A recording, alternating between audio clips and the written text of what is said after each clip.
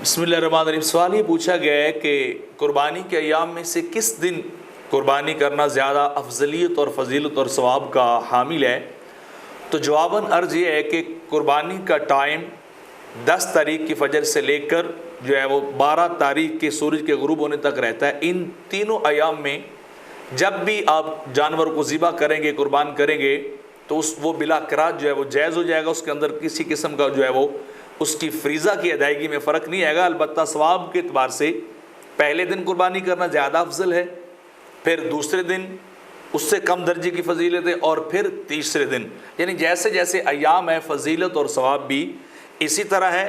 کنز الدقائق کے اندر اس بات کو جو ہے اسی طرح نقل کیا گیا ہے کہ دن اور رات کو بھی ذبح کر سکتے ہیں جب چاہیں، لیکن پہلا دن زیادہ فضیلت کا حامل، دوسرا دن اس سے کم، اور تیسرا دن جو ہے وہ اس سے بھی جو وہ کم فضیلت کا باعث بنتا ہے۔ تو جب بھی آپ کریں قربانی جو ہے وہ ہو جاتی ہے۔ اور اس طرح اس مسئلے کو جو ہے المبسوط للسرخسی کے اندر بھی بیان کیا گیا ہے، اور در الحکام شرح غر الاحکام کے اندر بھی اسی طرح اس مسئلے کو نقل کیا گیا ہے۔